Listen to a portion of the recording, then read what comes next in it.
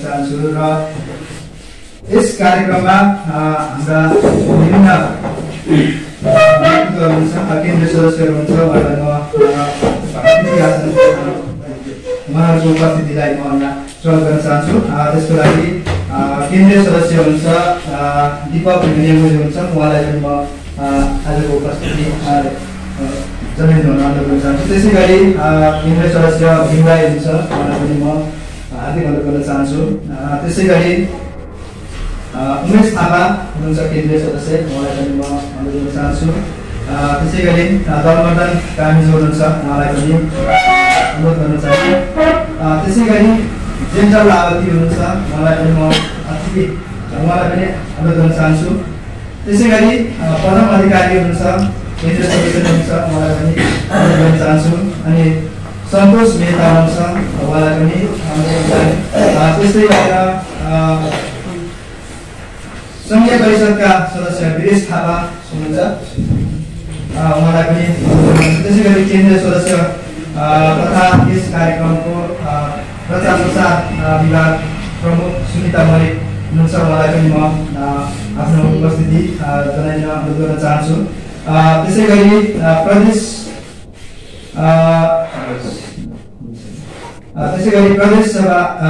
सदस्य कृष्ण लिम्बू हुनुहुन्छ, उहाँलाई पनि म अनुरोध गर्न चाहन्छु। र उपस्थित सम्पूर्ण पत्रकार महासङ्घ, प्रेस नेपाल लगायत जति पनि आबद्ध हुनुहुन्छ उहाँहरू सम्पूर्ण सञ्चारकर्मी, रेडियोकर्मी सम्पूर्ण मित्रहरूलाई पनि म यस कार्यक्रममा हार्दिक स्वागत गर्न चाहन्छु।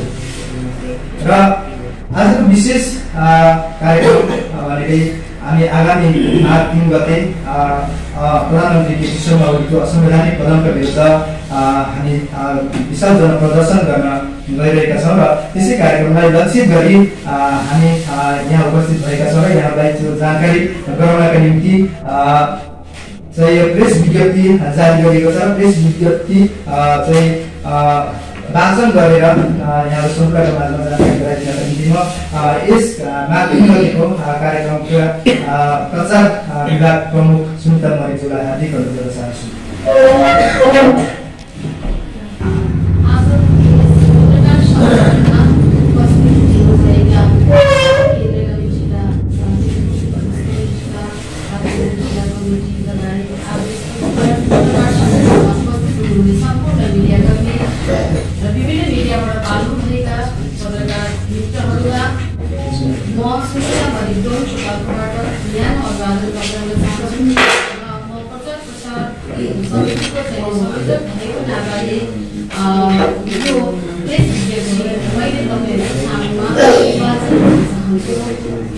यो 2017 साल पौष 5 गते जुन प्रधानमन्त्री केपी शर्मा ओलीले मन्त्री परिषदको सिफारिसको आधारमा राष्ट्रपतिद्वारा प्रतिनिधि सभा भङ्ग गरिएको छ।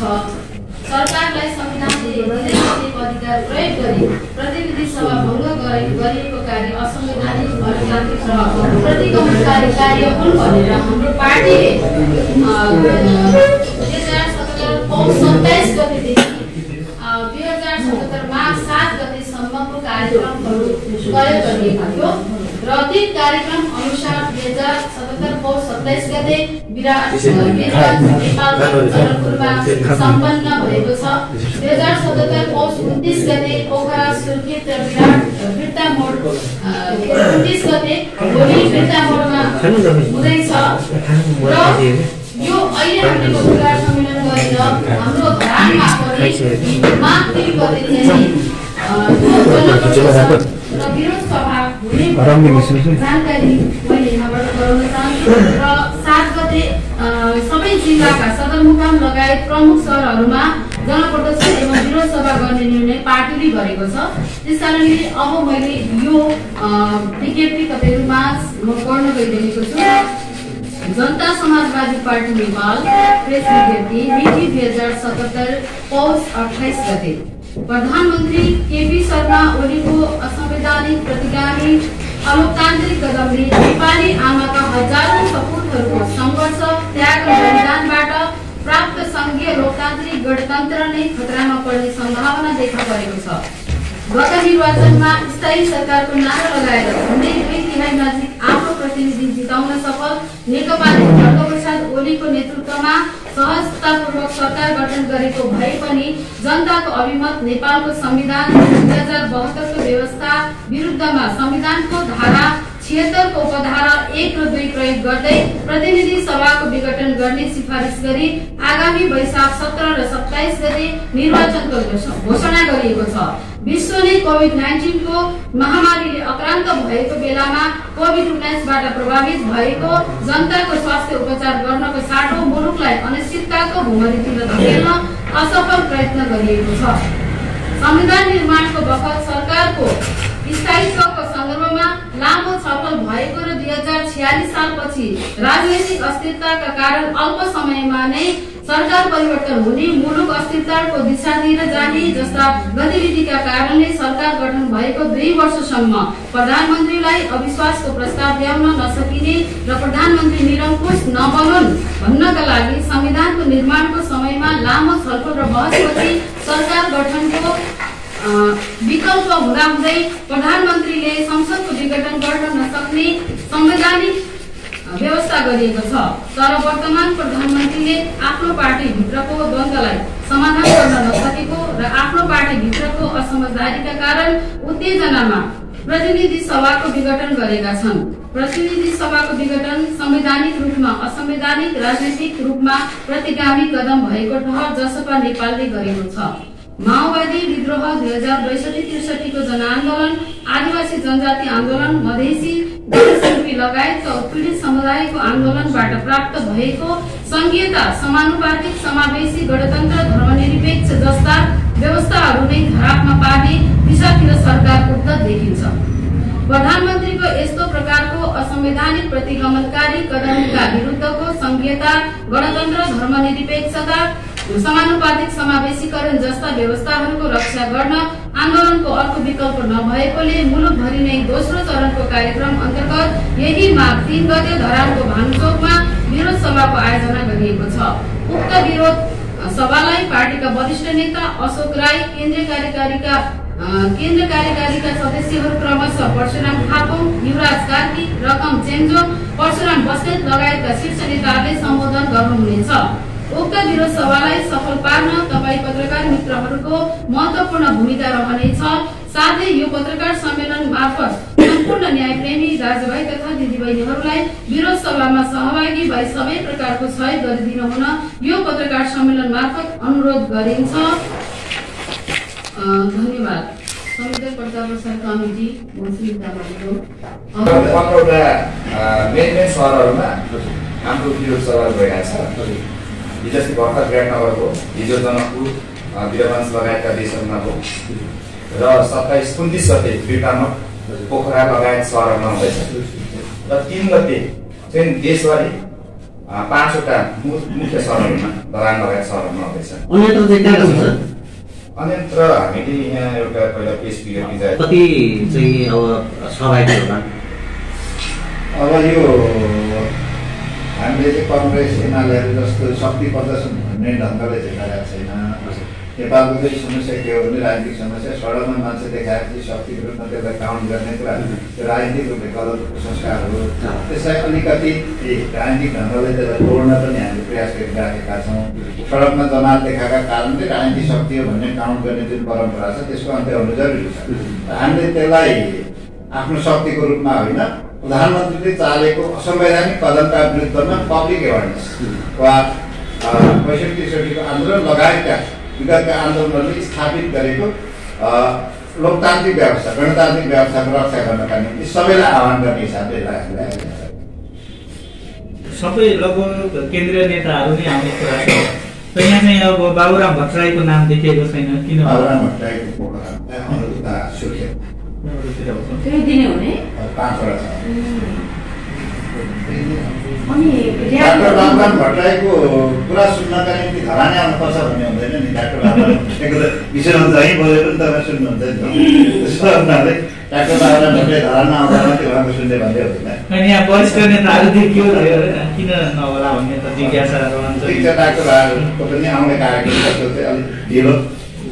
हजुरहरूले र्याली पनि आयोजना गर्नुहुन्छ र त्यो दिन? र्याली कहाँबाट सुरु हुने हो? र्याली चाहिँ पब्लिकमा विरोध मात्रै सभा मात्रै गरेको देखिन्छ। अब ठोस रूपमा लानको लागि चाहिँ यहाँ यो पार्टीले चाहिँ के त्यस्तो कदमहरू चाल्ने अवस्थाहरू छ कि छैन? डेमोक्रेटिक सिस्टमलाई स्वीकार गरेपछि एक्सेप्ट गरेपछि शान्तिपूर्ण प्रदर्शन राजनीतिक कार्यक्रम महत्त्वपूर्ण पक्ष। अब हामीले यसलाई ध्वंसको अरू हतियारबन्द कार्यक्रम हाम्रो राजनीतिक कार्यक्रम छैन, हाम्रो घोषित उद्देश्य हो। त्यसो हुनाले सबको शान्तिपूर्ण प्रदर्शनका माध्यमबाट जनताको त्यागबाट बलिदानबाट प्राप्त गरेको 46 सालभन्दा पछाडिको प्रोग्रेसिभ संविधानलाई जोगाउने रक्षा गर्ने। हाम्रो त हुन त संविधानमै धेरै फरक मतहरू छ, संविधानमा हाम्रो धेरै विमतिहरू छन्, तर यो प्राप्त भएको उपलब्धिलाई रक्षा गर्ने गरी यस बेलाको राजनीतिक कम्पोजिसनका आधारमा यसको रक्षा महत्त्वपूर्ण कुरा। त्यसलाई रक्षा गरिसके पछाडि अन्य विषयमा आफ्नो राजनीतिक एजेन्डाहरू चाहिँ शक्ति सन्तुलनका हिसाबले स्थापित गरेको हाम्रो सुविधा हो। अझै चाहिँ हामीले डेमोक्रेसीमा दोस्रो कार्यक्रममा आएको छैन, यो छलफलको विषय छ। यसभन्दा अलिक सशक्त प्रकारको अलिकति दलात्मक अलिकति जनतालाई आकर्षित गर्ने खालको सहभागी बनाउन सकिन्छ त्यो कमन एजेन्डा केही छलफलको माध्यमबाट जस्तो अहिले सबैको ध्यान चाहिँ सर्वोच्च अदालततिर छ होइन, जुन अहिले संवैधानिक मुद्दा हो कि राजनीतिक मुद्दा भन्ने विषयमा त्यहाँनिर जुन अहिले चाहिँ बहस भइरहेको अवस्था छ। अब जस्तै यो प्रधानमन्त्रीले सिफारिस गरेर राष्ट्रपतिले चाहिँ के अरे जुन त्यसले गर्दाखेरि अब यो संसद बिगडन भइसकेको अवस्थामा यदि अब त्यति अदालतबाट पनि तपाईँको त्यो सदर भइदियो भने जनसभा चाहिँ चुनावमा सहभागी हुन्छ हुँदैन, मध्यावधि चुनावमा सहभागी हुन्छ हुँदैन, अलिकति यसो भनौँ न सर्वोच्च अदालतमा विचाराधीन हुनाले बहस गरिराखेको हुनाले संसद विघटन नै भइसकेको भन्ने हाम्रो मान्यता छ होइन। हामीलाई के विश्वास छ भने यदि हाम्रो संवैधानिक व्यवस्थालाई ठिक ढङ्गले कार्यान्वयन गर्ने, न्यायपालिकाले त्यसलाई ठिक ढङ्गले यसको संविधान बन्दाखेरि त्यो संविधानको राजनीतिक कोष जुन ढङ्गको थियो, त्यसको स्पिरिट जुन ढङ्गको थियो, त्यो स्पिरिटलाई संविधान सर्वोच्च अदालतले ठिक ढङ्गले व्याख्या गर्यो भने मलाई लाग्छ संसद पुनर्स्थापना हुन्छ। संसद पुनर्स्थापना भइसके पछाडि अरू राजनीतिक आन्दोलनको कुरा र निर्वाचनको कुरा दोस्रो कुरा हुन्छ। तर यदि अदालतले संसद विघटनको कुरालाई सदर मान्यो भने हामी लोकतान्त्रिक मान्यतालाई विश्वास गर्ने राजनीतिक दल एक। दोस्रो, यो राजनीतिक व्यवस्था रह्यो बाँच्यो भने मात्रै निर्वाचन सफल हुन्छ। निर्वाचन त राजा ज्ञानेन्द्रले पनि गराले हाम्रो मान्यता के हो भने राजा ज्ञानेन्द्रले जस्तो गरेको निर्वाचनमा हामी सहभागी हुने कुरा त्यो सोच्न सकिन्छ।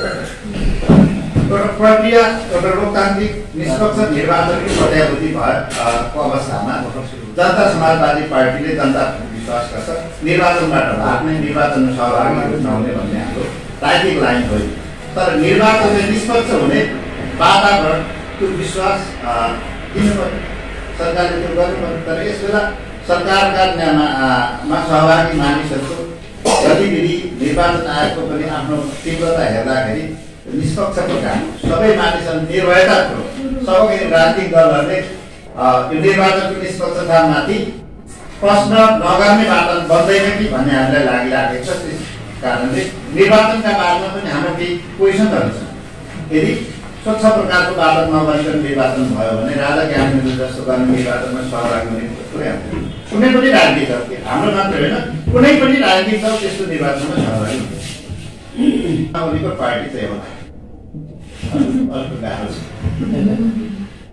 राहुनी जनता नै खोज्दै आउनुहुन्छ होइन।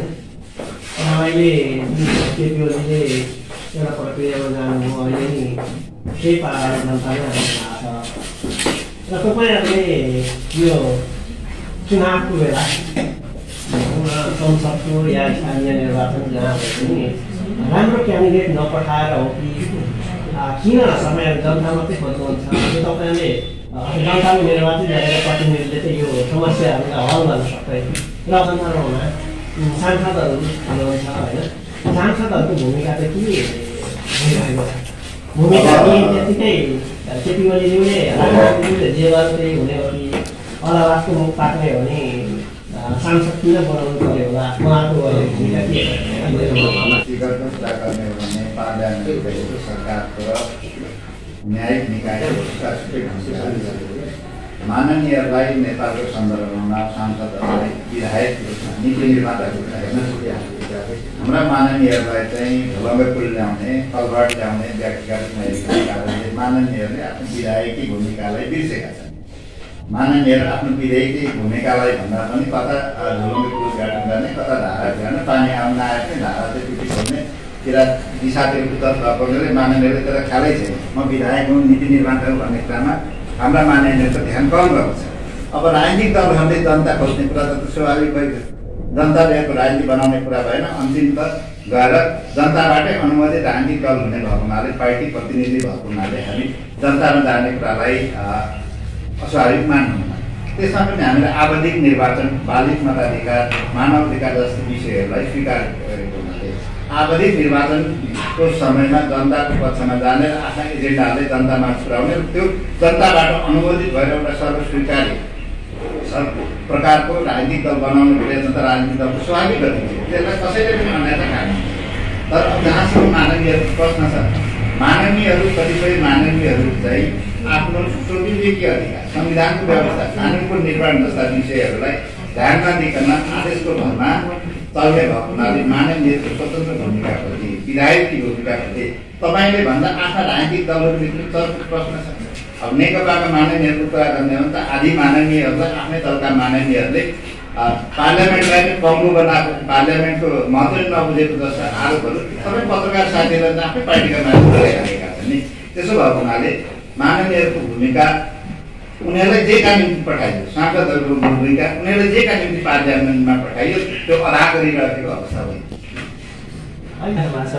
जसले जतिसुकै जेसुकै विरोध गरे पनि केही हुनेवाला छैन यिनीहरूले यत्तिकै गर्छ भन्ने कुराहरू गर्छ नि त्यो विषयमा चाहिँ पार्टीले चाहिँ कस्तो भूमिका खेल्छ र अब त्यो प्रधानमन्त्री त एउटा अब अहिले नभए पनि त समय ठाउँमा अब कार्यकारिणी छ उहाँले अब पछि अब एउटा हिसाबले भनौँ भने काम चलाउ प्रधानमन्त्रीको रूपमा पनि देखिन्छ होइन यदि संसद निर्वाचन भएको हो भने उहाँको आधारमा हो भने काम चलाउ फेरि उहाँले नै के अरे प्रधानमन्त्री के अरे मन्त्रीहरू नियुक्ति गर्ने त्यस्तो कारणले चाहिँ किन तपाईँहरूको चाहिँ क्वेसनै उठ्दैन त्यहाँ होइन कुनै पनि पार्टीको उठेको छैन जस्तो मन्त्री किन के अरे गर्नु पर्यो गठन मन्त्री यदि काम चलाउ प्रधानमन्त्री हो भने तपाईँले नेपालीमा काम सुन्नुभएको छ नि गैँडालाई सिस्नु पानी लाउँदाखेरि आयाना गर्छ भनेर प्रधानमन्त्री गैँडा जस्ता के हुन्छ कतिपल्ट कुरा उठायो कतिपल्ट त्यो क्वेसन नै गरे प्रधानमन्त्रीले यो आफूलाई निर्वाचन घोषणा गरिसके पछाडि काम चलाउ भनेर घोषणा गर्नु पनि मिलेन मन्त्रीको मात्रै नियुक्ति गरिरहेको छैनन् उनी त अनेकौँ आयोगहरू अनेकौँ नियुक्ति गरिराखेका छन् नि